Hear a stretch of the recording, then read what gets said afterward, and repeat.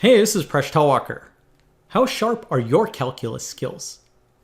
The formula for integration by parts states that the integral of u dv is equal to uv minus the integral of v du.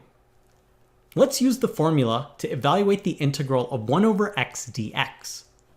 We'll set u to be 1 over x and dv to be dx. Du will equal negative 1 over x squared dx, and v will be equal to x. We now use the integration by parts formula.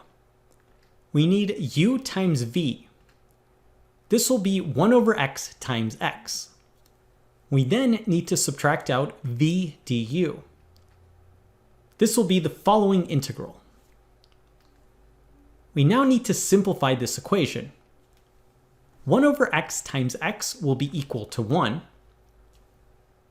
And the next integral will all simplify to be the integral of 1 over x dx. And this is all equal to the integral of 1 over x dx. We now have the integral of 1 over x dx on both sides, so we cancel it out, and we end up that the left-hand side will be equal to 0, and the right-hand side will be equal to 1. So we've proved that 0 is equal to 1. Now, of course, this is an absurd conclusion. So the question is, where is the mistake in this supposed proof that 0 is equal to 1? Take a moment to review this proof carefully. When you're ready, keep watching the video for an explanation of where the mistake is.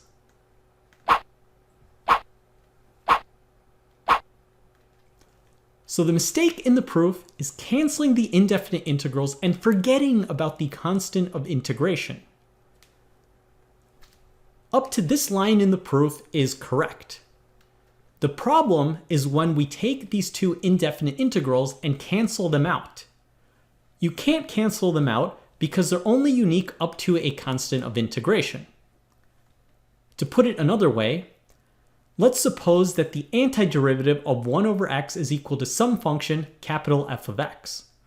When we evaluate the indefinite integral on the left-hand side, it'll be capital F of x plus a lowercase c, some constant of integration.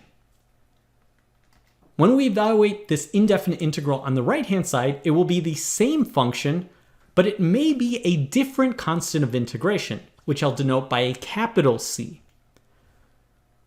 So we can cancel out these antiderivatives, but then we end up with the equation that lowercase c is equal to 1 plus uppercase c.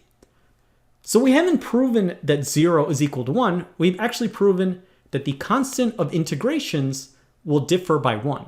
In other words, 0 is equal to 1 up to a constant of integration. So that's the mistake in the proof, is canceling out these indefinite integrals. So one way to avoid this mistake is you could consider limits of integration.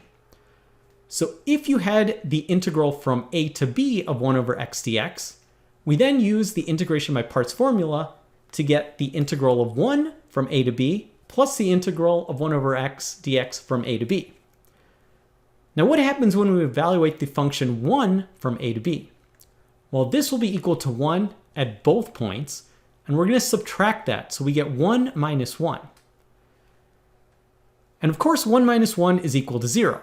So when we simplify this, we get the definite integral from a to b of 1 over x dx will be equal to the definite integral of 1 over x dx from a to b. So we have no contradiction here, and it's also not very interesting. But you can avoid the mistake of canceling indefinite integrals and getting absurd results like 0 equal 1 by considering limits of integration. This video is also a reminder that it's very, very important when you do indefinite integrals or take antiderivatives to always include that plus c. Students always complain that, oh, I didn't put the plus c there, but I got the correct answer. No, you really need to put that plus c, otherwise you can get absurd results like 0 equals 1. So how sharp were your skills? Did you spot the mistake in this false proof? Thanks for watching this video. Please subscribe to my channel. I make videos on math.